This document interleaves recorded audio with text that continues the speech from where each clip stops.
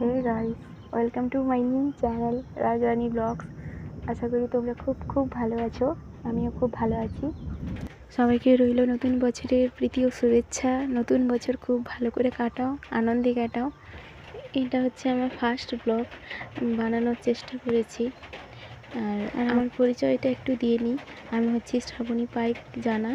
আমি একজন হাউসওয়াইফ। আর আমার ইউটিউব চ্যানেলের নাম হচ্ছে রাজরানী ব্লগ।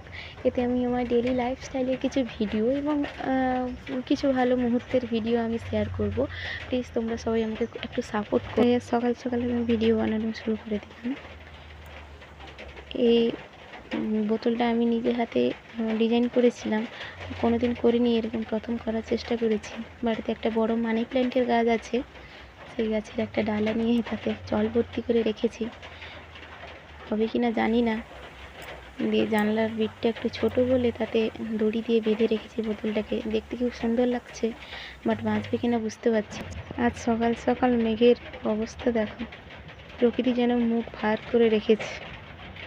ওয়েদারটা খুব খারাপ, গরমটাও খুব পড়েছে। কি জানি কখন বৃষ্টি আসে, কখন মেঘ, কখন রোদ, বোঝা যায় না। আমরা গ্রামের মানুষ তো, তাই প্রকৃতির সবেতে যেন প্রকৃতির একটা নতুন রূপ খুঁজে পাই আমরা। সব কিছুতেই খুব সুন্দর লাগে দেখতে। তাই সকাল সকাল দেরি না করে এক গাদা কাপড় নিয়ে বেরিয়ে পড়েছি কাপড় কাচার জন্য। কাপড় টাপড় কেচে নিয়ে এসে শুকিয়ে দিয়েছি। কী জানি কখন বৃষ্টি এসে, আবার দেখছি একটু রোদ বেরিয়েছে। বলা যায় না ওয়েদারের কথা। তাই কাপড় টাপড় কেচে সব শুকিয়ে দিলাম, তারপরে চান টান করে নাহলে রান্না করা যাবে। বৃষ্টি হলেও গরমটা তার কমছেই না। এত গরমও পড়েছে, কবে জানি গরম কমবে। নাজেহাল অবস্থা হয়ে যাচ্ছে গরম। এখন কিন্তু বেলা খুব বেশি হয়নি, তবু রোদ দেখো কীরকম বেরিয়েছে। সকালে আবার একদম মেঘে ঢেকে গেছে আকাশ, আবার এখন তীব্র রোদ বেরিয়েছে। এবার চান টান করে এই যে ঠাকুর বাসনগুলো একটু বের করে নিলাম মাজবো বলে, মেজে রেখে দিয়ে পুজোটা করে ফেলি। তুলসী তলায় জল দিয়ে তারপর ঘরের ভিতরে অনেক ঠাকুর আছে, সব ঠাকুরের পুজো টুজো শেষ করে উঠতেও অনেকটা সময় লেগে যাবে। তারপর তো আবার রান্না বান্না আছে দুপুরে। আমাদের কার্তিক ঠাকুর আছে। ঘরের ভিতরে পুজোটা শেষ করে নিলাম। ঘরটা ঠিকঠাক কমপ্লিট হয়নি তো, তাই ঘরের এক কোণায় সব ঠাকুর বসানো আছে। পুজো শেষ করে এই মাছ আর বড়ি ভেজেছি।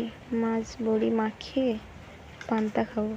গরমের সময় পান্তা খেতে যে এতটা তৃপ্তি সে বলে বোঝাতে পারবো না। যারা পান্তা খায় তারাই বুঝে সকালে গরমের দিনে পান্তা খাওয়ার আনন্দটা কোথায়, তার সঙ্গে আবার মাছ ভাজা।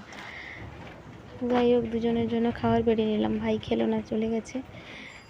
দিয়ে খাওয়া দাওয়া শেষ করে মাছ কাটবো বলে বসছি।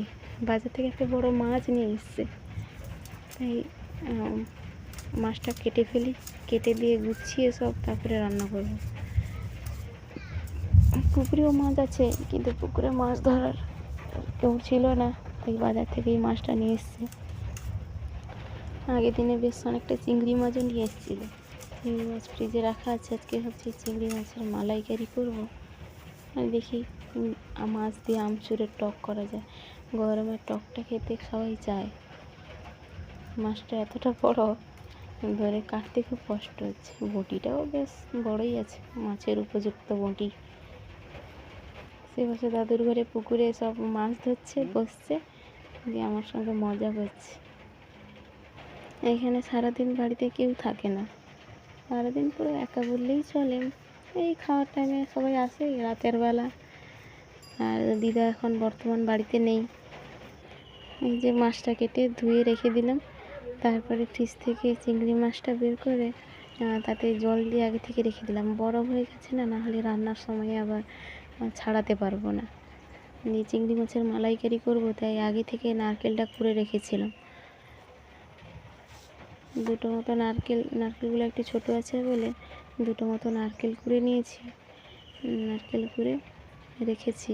তারপরে হচ্ছে সেই মাছের তেল দিয়ে এই ডাঁটার চচ্চড়ি বানাবো। আর মাছের মাথা দিয়ে উচ্ছে, আলু, বেগুন, কাঁচকলা একটা তরকারি করে নেব। তারপর হচ্ছে উনুনটা একটু জ্বালিয়ে নিলাম। আমরা উনুনেই রান্না করি, আমার গ্যাসেও হয় রান্না। দিয়ে একে একে সব মশলাগুলো বেটে নিলাম। আগেকার দাদু দিদারা সব বলে শিলে বাটা মশলায় তরকারি খেতে নাকি তার টেস্ট খুব সুন্দর হয়, কিন্তু আমি অবশ্য পার্থক্য কিছু বুঝতে পারি না। আর সব মশলাগুলো বেটে নিয়ে যে কড়াইতে তেল গরম হয়ে গেছে, তারপর সে টকের জন্য মাছগুলো ভেজে নেব। আমচুরের টক বানাবো বড়ি দিয়ে। আমার আবার মাছ ভাজার সময় এই কড়া থেকে গরম তেল ছিটকে আসার ভীষণ ভয়। এমন কোনো দিন নেই যে গরম তেল ছিটকে আসে না গায়ে, তাই খুব ভয় লাগে। সে যত সাবধানে করি না কেন মোটামুটি তেল ছিটকে আসবেই। তারপরে চিংড়ি মাছগুলো একটু হালকা করে ভেজে নিই। চিংড়ি মাছ আবার একটু বেশি ভেজে দিলে শক্ত হয়ে যায়, কম করেই ভেজে নামিয়ে নিব। ডাঁটা তরকারিটাও প্রায় হয়ে এসছে। তারপরে এই তরকারির জন্য উচ্ছেটা ভেজে নিয়েছি, আর মাছের মাথা আর কয়েকটা ছোটো মাছ ছিল দিয়ে দিই সঙ্গে, ভেজে বসিয়ে দিয়েছি তরকারি। আর ও পাশের উনুনে ভাত বসিয়ে, দুদিকে উনুন থাকলে খুব সুবিধা হয়। এই পাশে তরকারি হতে হতে ও পাশে ভাত বসিয়ে দিলে ভাতটা সুন্দর হয়ে যাবে। আর এই পাশে তরকারিগুলো, এই যে তরকারিটা হয়ে গেছে করে নামিয়ে নিয়েছি। তারপর পরে আবার কিছুটা মৌরলা মাছ ধরে নিয়েছিল, এগুলো একটু বাটি চচ্চড়ি বানালাম, মালাইকারি করেছি। তারপর বড়ি দিয়ে আমচুরের টক করেছি। ব্যাস, রান্নাবান্না কমপ্লিট। দুপুরে সবার খাওয়া দাওয়ার কমপ্লিট হয়ে যাওয়ার পরে একটু রেস্ট নিয়েছিলাম। তারপরে উঠে বিকালের কাজটা শেষ হওয়ার পরে এই মাছগুলোকে একটু খেতে দিয়ে দিলাম। বাড়িতে একটা অ্যাকোরিয়াম আছে, বেশি বড় নয় অবশ্য, খুব সুন্দর একটা অ্যাকোরিয়াম আছে। তারপর ছাদের ওপর আমাদের আরও একজন থাকেন, তার জন্য খাবার নিয়ে যাচ্ছি। উনি সবার মাথার ওপরেই থাকেন সব সময়।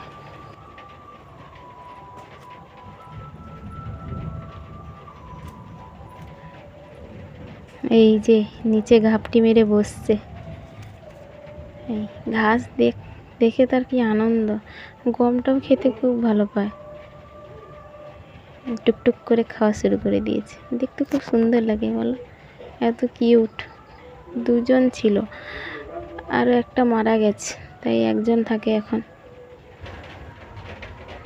বাইরে কত জোর মেঘ করেছে দেখো, পুরো একদম অন্ধকার হয়ে গেছে। মনে হয় এই বুঝে বৃষ্টি নামবে ঝমঝমিয়ে।